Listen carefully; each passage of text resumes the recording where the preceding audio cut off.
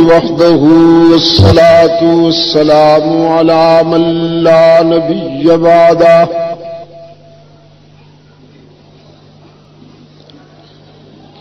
وعلى آله وأصحابه الذين أوفوا عهده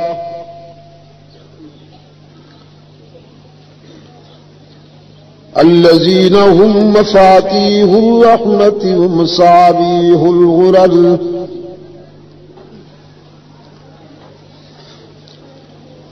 أعوذ بالله من الشيطان الرجيم بسم الله الرحمن الرحيم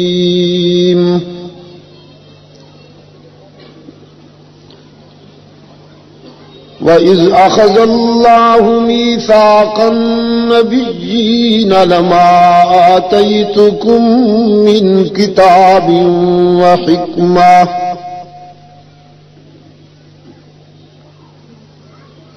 ثُمَّ جَاءَكُمْ رَسُولٌ مُصَدِّقٌ لِّمَا مَعَكُمْ لَتُؤْمِنُنَّ بِهِ وَلَتَنصُرُنَّهُ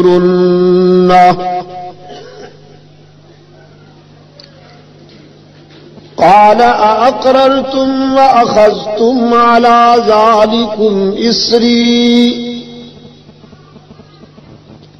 قالوا أقررنا قال فاشهدوا وأنا معكم من الشاهدين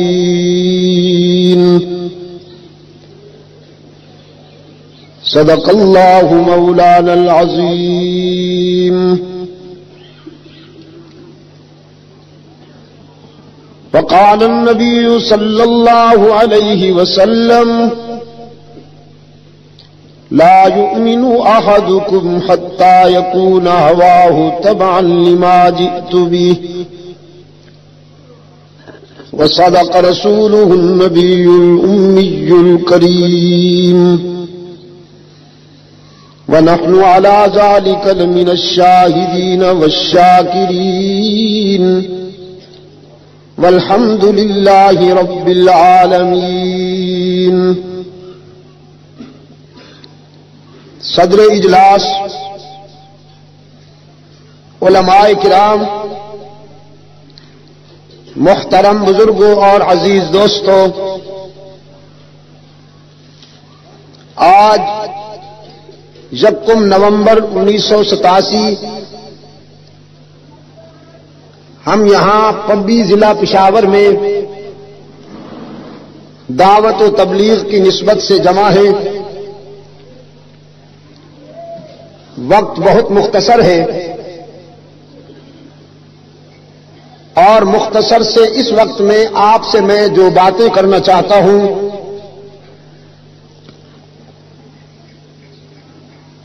اس کی بنیاد ہے کتاب اللہ کا وہ حصہ جو ابھی ابھی میں نے آپ کے سامنے تلاوت کیا.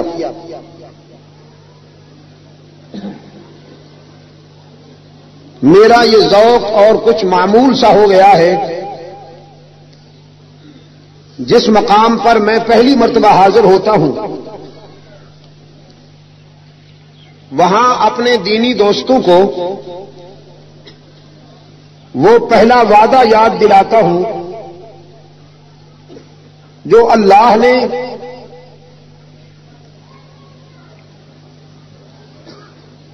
یہ عالم رنگ و بو پیدا کرنے سے پہلے عالم ارواح میں اولاد آدم سے لیا تھا.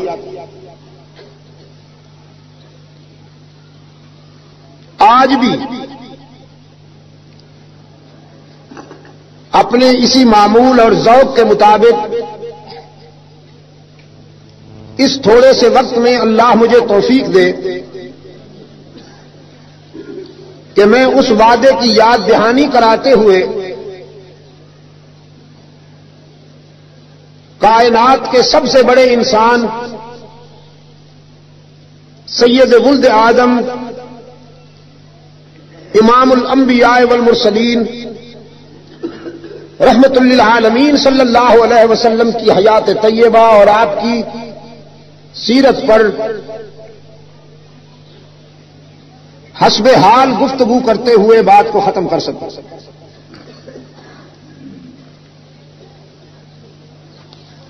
عالم ارواح میں اللہ نے اپنے بندوں سے دو وعدے لیے.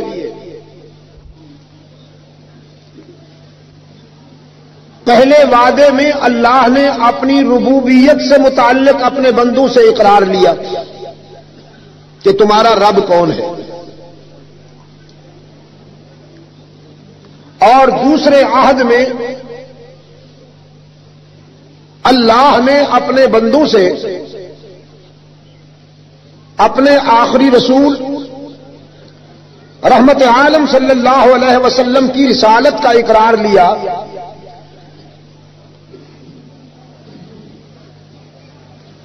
پہلے وعدے کی قرآن کریم نے کارروائی بیان کرتے ہوئے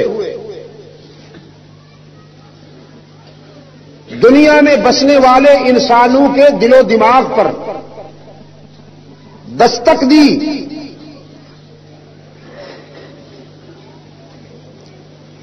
اور فرمایا وَإِذْ رَبُّكَ مِن بَنِي آدَمَ مِن ظُهُورِهِمْ ذُرِّيَّتَهُمْ وَأَشْهَدَهُمْ عَلَىٰ أَنفُسِهِمْ أَلَسْتُ بِرَبِّكُمْ قَالُوا بَلَىٰ. اور جب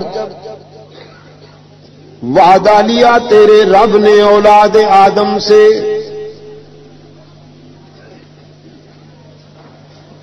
دنیا میں آنے والے تمام انسانوں کی روحیں اللہ نے اپنی قدرت کاملہ سے جمع کی.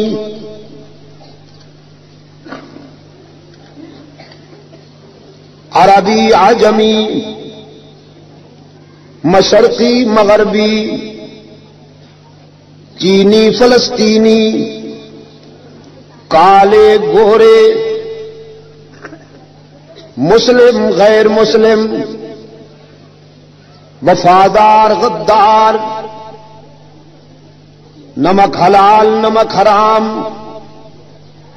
تمام انسانوں کی روحیں اللہ نے اپنی قدرت کاملہ سے جمع کی.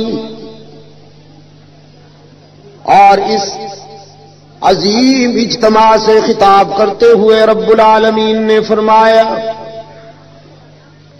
اے اولاد آدم، میں تمہارے سروں پر انسانی شرافت کا تاج رکھ کے تمہیں دنیا میں بھیجنے والا ہوں اور ساری کائنات کو تمہارے لیے مسخر بنانے والا ہوں. دھرتی تمہارے لیے بچھونا بنائی جائے گی، آسمان کو تمہارے لیے چھت بنایا جائے گا. أَلَمْ نَجْعَلِ الْأَرْضَ مِهَادًا وَالْجِبَالَ أَوْتَادًا وَخَلَقْنَاكُمْ أَزْوَاجًا وَجَعَلْنَا نَوْمَكُمْ سُبَاتًا وَجَعَلْنَا اللَّيْلَ لِبَاسًا وَجَعَلْنَا النَّهَارَ مَعَاشًا وَبَنَيْنَا فَوْقَكُمْ سَبْعًا شِدَادًا وَجَعَلْنَا سِرَاجًا وَهَّاجًا.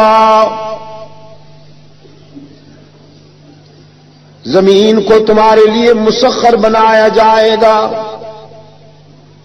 وہ زمین جس میں فولاد جیسی سخت چیز بھی دفن کی جائے تو زمین کی نمی اور برودت کچھ دنوں بعد فولاد کو بھی مٹی میں ملا دیتی ہے، خاک بنا دیتی ہے. لیکن ہم اس زمین کو تمہارے لیے مسخر بنائیں گے. جب تم اپنا دانہ اس میں دفن کرو گے تو وہ اسے مٹی نہیں بنائے گی، گلزار بنا دے گی. تمہارے ایک دانے کو کئی دانوں میں بدل کر تمہاری امانت تمہیں واپس کرنے پہ پابند ہوگی. پھر آسمان کے دامن میں ستاروں کی انجمن آباد کروں گا، سورج کو تابانی دوں گا تمہارے لیے، چاند کو درخشانی عطا کروں گا تمہارے لیے. راتوں کو اندھیرا عطا کروں گا تمہارے لیے، دنوں کو سویرا عطا کروں گا تمہارے لیے، انادل چہکیں گے، گلشن مہکیں گے، سبزے لہکیں گے تمہارے لیے۔ ایک مقام پہ فرمایا ہم تمہارے لیے مویشی اور جانور پیدا کریں گے تو تمہاری زندگی میں رنگ بھر دیں گے۔ وَلَكُمْ فِيهَا جَمَالٌ حِينَ تُرِيحُونَ وَحِينَ تَسْرَحُونَ وَتَحْمِلُ أَثْقَالَكُمْ إِلَى بَلَدٍ لَّمْ تَكُونُوا بَالِغِيهِ إِلَّا بِشِقِّ الْأَنفُسِ إِنَّ رَبَّكُمْ لَرَءُوفٌ رَّحِيمٌ وَالْخَيْلَ وَالْبِغَالَ وَالْحَمِيرَ لِتَرْكَبُوهَا وَزِينَةً وَيَخْلُقُ مَا لَا تَعْلَمُونَ۔ کچھ جانور تمہارا بوجھ اٹھائیں گے، کچھ جانور تم اپنی زینت کے لیے پنجروں میں بند رکھو گے، کچھ جانور تمہارے ریڑھے اور ٹانگیں کھینچیں گے، کچھ جانور تمہیں اپنا گوشت مہیا کریں گے تمہاری غذا کے لیے۔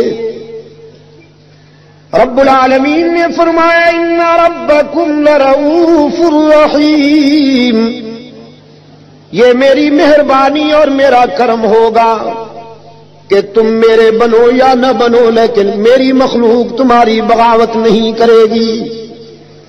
میں تو انہیں بے زبان پیدا کروں گا تاکہ تمہارے ظلم و زیادتی کے خلاف وہ جانور دنیا کی کسی عدالت میں استغاثہ ہی دائر نہ کر سکیں۔ ایک اور مقام پہ فرمایا وَإِنَّ لَكُمْ فِي الْأَنْعَامِ لَعِبْرَةً نُسْقِيكُم مِّمَّا فِي بُطُونِهِ مِن بَيْنِ فَرْثٍ وَدَمٍ لَبَنًا خَالِصًا سَائِغًا لِّلشَّارِبِينَ۔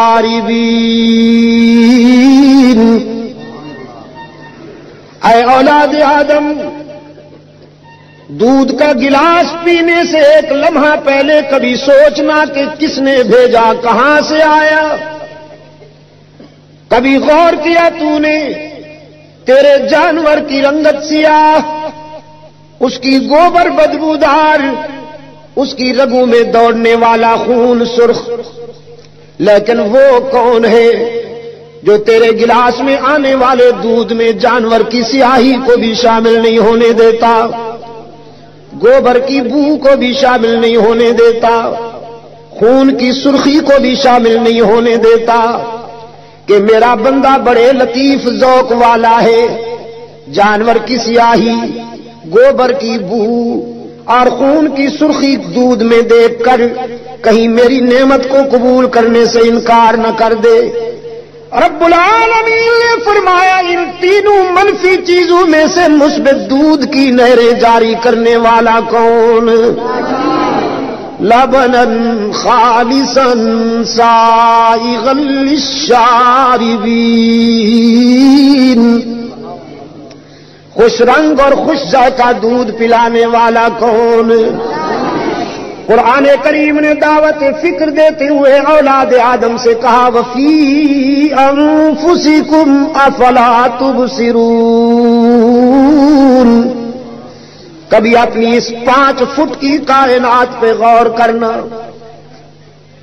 تیرے اس چھوٹے سے جسم کی کائنات میں اللہ نے عبرت اور بہت ساری بصیرتیں رکھ دی ہیں، آنکھیں عطا فرمائی، انہیں روشنی عطا کی، زبان دے کر اسے گویائی عطا کی، کان دے کر اسے قوت سماعت عطا کی، ہاتھوں کو پکڑنے کی استعداد عطا کی، پاؤں کو چلنے کی صلاحیت سے نوازا، دماغ کو حافظے کی صلاحیت سے نوازا، اور پھر یہ نعمتیں عطا کر کے تیرے لیے شکر اور عبرت کے مناظر بھی پیدا کر دیے، تجھے آنکھوں کی روشنی عطا کر کے کچھ اندھے بھی پیدا کر دیے تاکہ انہیں دیکھ کر تمہیں اللہ کی اس نعمت کی قدر معلوم ہو سکے۔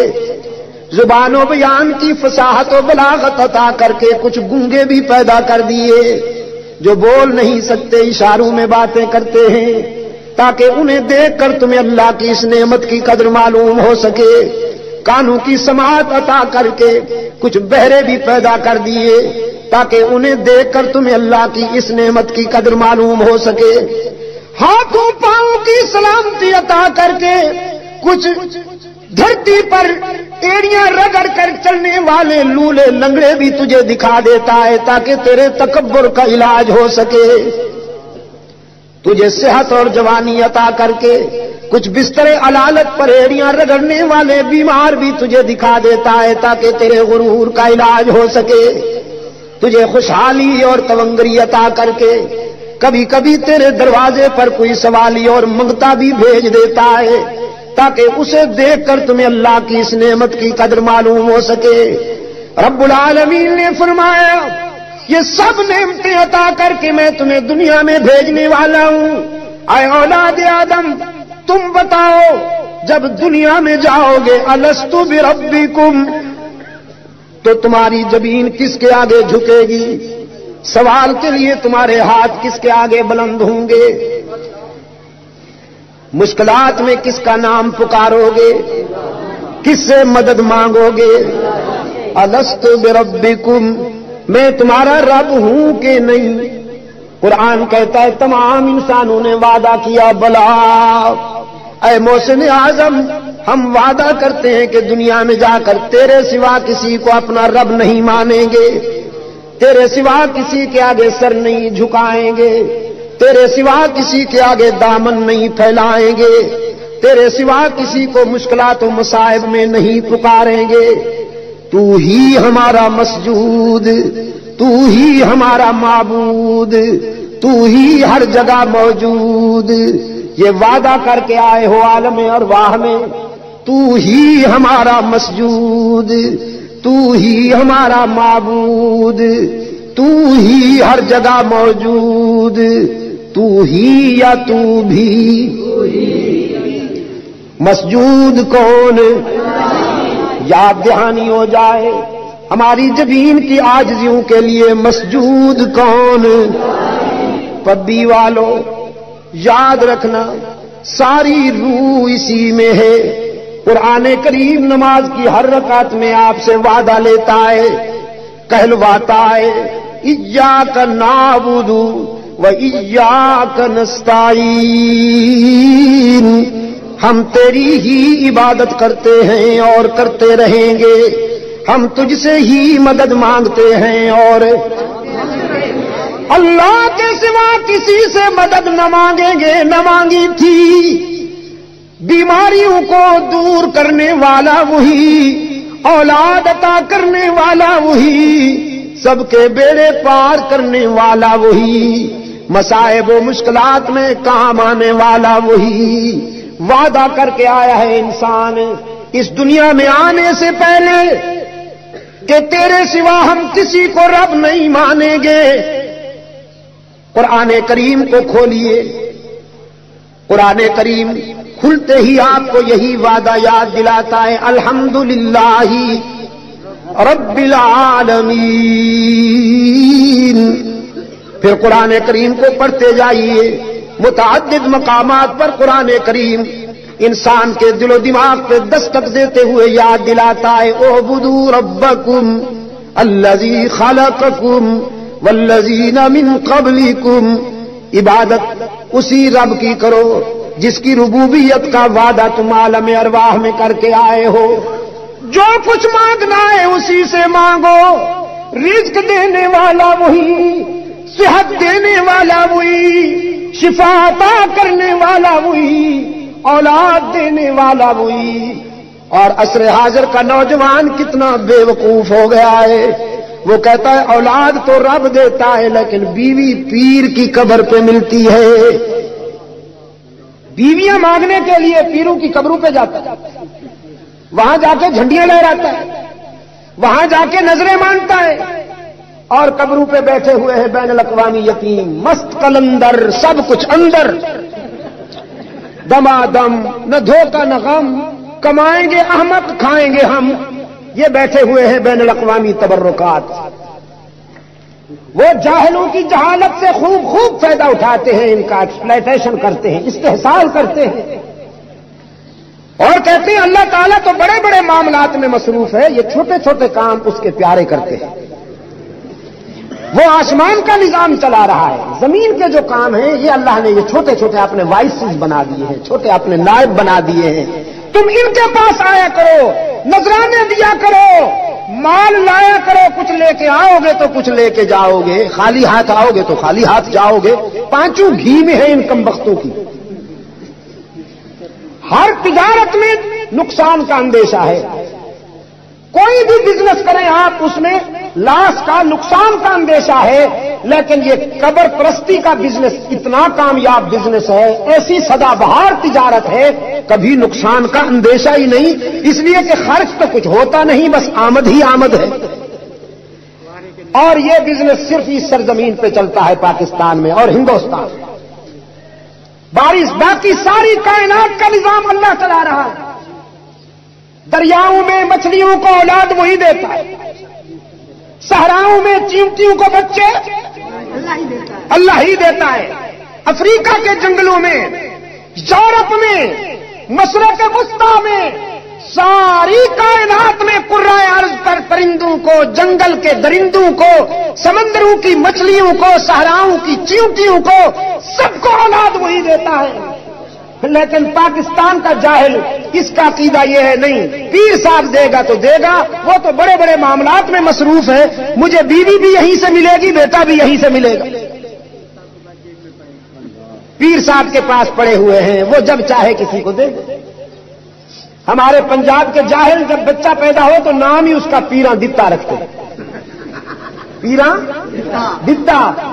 وہاں ایک بزرگ کی قبر ہے، دیکھیے میں یہ جب باتیں کر رہا ہوں تو ان باتوں کا مطلب یہ نہیں ہے کہ میں اللہ والوں کی عظمت کا قائل نہیں، اللہ والوں کی عظمت کا صرف قائل نہیں ہوں، میں ان کی عظمت کا مبلغ ہوں، میں ان کی تعلیمات کا مبلغ ہوں۔ اللہ والے جن کی پوری زندگی توحید و سنت کی اتباع میں گزری ہے، وہ میری آنکھوں کا نور ہے اور میرے دل کا سرور ہے۔ میں تو ان جاہلوں کی بات کر رہا ہوں جو اللہ والوں کی قبروں پہ جا کر وہ کچھ کرتے ہیں جو اللہ کا حق ہے۔ سجدہ کس کا حق ہے؟ اللہ کا حق ہے۔ سوال کس کے آگے کیا جائے؟ اللہ کے آگے۔ دامن کس کے آگے پھیلایا جائے؟ اللہ کے آگے۔ رزق کس سے مانگا جائے؟ اللہ سے مانگا جائے۔ بیماروں کے لیے شفا کس سے طلب کی جائے؟ اللہ ہی سے کی جائے۔ اور یہ کہاں جاتے ہیں بزرگ؟ ایک شاہ جمال ہے بزرگ لاہور میں، وہاں جاہل جمع ہوتے، کہتے ساڈا مرشد شاہ جمال پتر دیوی رتا لال، رنگ بھی آپ متعین کر دیتا، کلرڈ چائلڈ چاہیے، وداؤٹ کلر نہیں چاہیے۔ قرآن کریم نے اولاد آدم کو یہی وعدہ یاد دلایا، اعبدوا ربکم، عبادت میں اللہ کے ساتھ کسی کو شریک نہ بنانا۔ تمہاری جبین کی سجدیوں، تمہاری جبین کی عاجزیوں کے لیے مسجود کون؟ ہر جگہ موجود کون؟ اللہ ہی۔ پبی میں تو پہلی مرتبہ آیا ہوں، لیکن یہ ماشاءاللہ ذوق پہلے سے پہنچا ہوا ہے، صحیح جواب دے رہے ہیں آپ۔ ہماری جبین کی عاجزیوں کے لیے سچا مسجود کون؟ ہر جگہ موجود کون؟ علام الغیوب کون؟ کارساز و دستگیر کون؟ حاجت روا و مشکل کشا کون؟ عزت دینے والا کون؟ رزق دینے والا کون؟ اولاد عطا کرنے والا کون؟ قرآن پاک نے فرمایا یہب لمن یشاء اناثا ویہب لمن یشاء الذکور، وہ جسے چاہتا ہے بیٹیاں عطا کرتا ہے، جسے چاہتا ہے بیٹے عطا کرتا ہے، او یزوجہم ذکرانا واناثا، اور جسے چاہتا ہے بیٹے بھی عطا کرتا ہے، بیٹیاں بھی عطا کرتا ہے، وَيَجْعَلُ مَن يَشَاءُ عَقِيمًا، نہیں دیتا تو ایک بھی نہیں دیتا۔ کرم کر دیتا ہے تو مرید کو درجنوں بیٹے عطا کر دیتا ہے، نہیں دیتا تو پیر صاحب کو ایک بھی نہیں دیتا۔ کس کے اختیار میں ہے؟ قرآن کریم نے یہی یاد دہانی کراتے ہوئے آخر میں بھی دونوں صورتوں میں قل اعوذ برب الفلق قل اعوذ برب الناس، رخصت ہوتے ہوئے بھی قرآن کریم نے وعدہ یاد دلایا، اللہ سے جو وعدہ کر کے آئے ہو وہ عہد ربوبیت نہ بھولنا۔ اب دوسرا وعدہ، وقت کی کمی کی بات، وَإِذْ أَخَذَ اللَّهُ مِيثَاقَ النَّبِيِّينَ،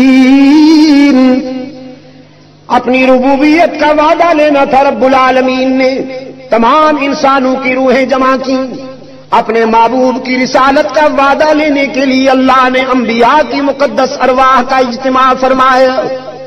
نبیوں کو خطاب کرتے ہوئے رب العالمین نے فرمایا، میرے پیغمبروں، میں تم سب کو نبوت و رسالت عطا کر کے دنیا میں بھیجوں گا۔ لما آتیتکم من کتاب و حکمہ، تم اپنے دور میں کتاب و حکمت کی روشنی میں میری دعوت عام کرو گے۔ ثم جاءکم رسول، تم سب کے بعد میرا آخری رسول آئے گا، مصدق لما معکم، وہ تمہارے پروگرام کی تصدیق کرے گا، تمہارے مشن کی تائید کرے گا، آئے گا تو تم سب کے بعد، لیکن اس کا مقام اور مرتبہ یہ ہوگا تم اپنی اپنی قوم کی طرف نبی بنا کر بھیجے جاؤ گے، وہ تم نبیوں کا بھی نبی بن کے آئے گا۔ تمہاری نبوت پر لوگوں کو ایمان لانا ضروری، اور تم سب کے بعد آنے والے میرے محبوب پر تم نبیوں کو بھی ایمان لانا ضروری۔ وہ آئے گا تو تم سب کے بعد، لیکن اس کا مقام اور مرتبہ یہ ہوگا کہ وہ جس زمین پر چلے گا میں اس زمین کی قسم عرش بری پہ کھاؤں گا، وہ جس شہر کا باشندہ ہوگا میں اس شہر کے تذکرے قرآن میں کروں گا، اس کے لباس کی ادائیں قرآن کی آیات بن جائیں گی، وہ بیٹھے گا تو دھرتی کو سکون ملے گا، وہ کھڑا ہوگا تو آسمان بلندیاں حاصل کرے گا، اس کے پسینے سے گلشن مہکیں گے، اس کی مسکراہٹوں سے ستارے چمکیں گے، اس کی جبین کی طلعت سے صبح کو سویرا ملے گا، اس کی زلفوں کی سیاہی سے راتوں کو اندھیرا ملے گا، تم سب کے بعد آئے گا، اور آج تم نے میرے سامنے وعدہ کرنا ہے کہ اپنے اپنے دور میں ان کی تشریف آوری کی بشارت اپنی اپنی قوم کو دیتے جاؤ گے، اور اس کی رسالت پر ایمان کا اقرار بھی آج تم نے میرے سامنے کرنا ہے۔ لما آتیتکم من کتاب و حکمت ثم جاءکم رسول مصدق لما معکم لتؤمنن به ولتنصرنه قال اقررتم واخذتم على ذلكم اصري قالوا اقررنا قال فاشهدوا وانا معكم من الشاهدين۔ کے بعد کہنے لگا ایسے لگتا ہے جیسے میں عیسیٰ روح اللہ بنتا جا رہا ہوں۔ پھر آگے جا کر مدح کا خیز باتیں کی جنہیں دہراتے ہوئے بھی ہمیں تو حیا آتی، اسے لکھتے ہوئے اور بیان کرتے ہوئے حیا نہیں آئی، ہمیں دہراتے ہوئے حیا آتی ہے۔ آخر انسانی شرافت بھی تو کوئی چیز ہے، انسانی اخلاق بھی تو کوئی چیز ہے۔ ایسی بےہودہ باتیں کی ہیں بدبخت نے کہ ان کے دہرانے سے حیا آتی۔ شاہ جی رحمت اللہ تعالی علیہ فرمایا کرتے تھے، ایک دن خواب میں مجھے مل گیا، کہنے لگا شاہ صاحب تم تو میرے پیچھے پڑ گئے ہو ہاتھ دھو کر، حالانکہ میرا ذکر قرآن میں آیا ہے۔ سید عطا اللہ شاہ بخاری رحمت اللہ تعالی علیہ فرمانے لگے قرآن میں تیرا تذکرہ کہاں آیا ہے؟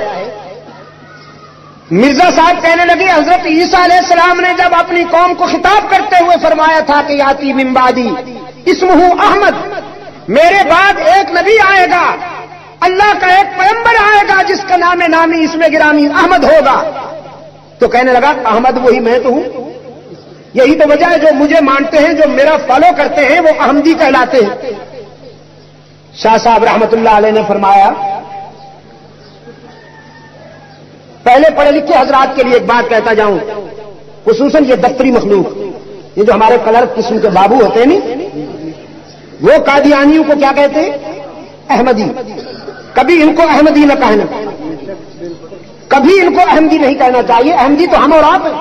احمد ہمارا آقا ہے، احمد ہمارا آقا ہے صلی اللہ علیہ وسلم. ان کو کبھی احمدی نہ کہنا. انہیں مرزائی کہیے، قادیانی کہیے، مرتد کہیے نا، وہ بھی غلط کہہ رہے ہو. احمد کو نہ بدلو، احمد احمد ہی رہے گا. یہی بات ہے نا، جذبات میں ہوش سے کام لیا کرو، جوش میں آگے نہ نکل جایا کرو. ہوش تمہارا نگران رہے. مسلمان کی پہچان یہی ہے کہ اس کے جذبات اس کے ہوش کے قابو میں ہوتے ہیں. یہ جذبات میں پاگل نہیں ہو جاتا، جذبات کے ہاتھوں میں نہیں کھیلتا. احمد کو کبھی نہ بدلا، احمد احمد ہے صلی اللہ علیہ وسلم. الف الف مرۃ بعدد کل ذرۃ. مرزا غلام قادیانی کا فالو کرنے والے، مرزا غلام قادیانی کے فالوورز صرف قادیانی ہیں، مرزائی ہیں، مرتد ہیں، دشمنان اسلام ہیں. میری آواز کیسٹو کے ذریعے جہاں تک پہنچے، جدید تعلیم یافتہ حضرات کو یہ درخواست کرتا ہوں دینی رشتے کی بنیاد پر، دینی بھائی کی حیثیت سے قادیانی کو احمدی کہہ کر حشر میں رحمت عالم کے سامنے شرمندہ نہ ہونا. رسول اللہ کے سامنے شرمندہ ہوگے. محمد عربی صلی اللہ علیہ وسلم تم سے پوچھیں گے یہ نسبت میری تھی، تم نے مرزا غلام قادیانی پر کیوں فکر کی؟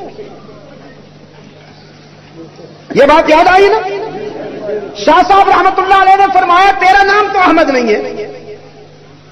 حضرت عیسیٰ علیہ السلام نے جو بشارت دی تھی وہ یہ تھی کہ یاتی من بعدی اسمہ احمد، میرے بعد اللہ کا ایک رسول آئے گا جس کا نام نامی اس میں گرامی کیا ہوگا؟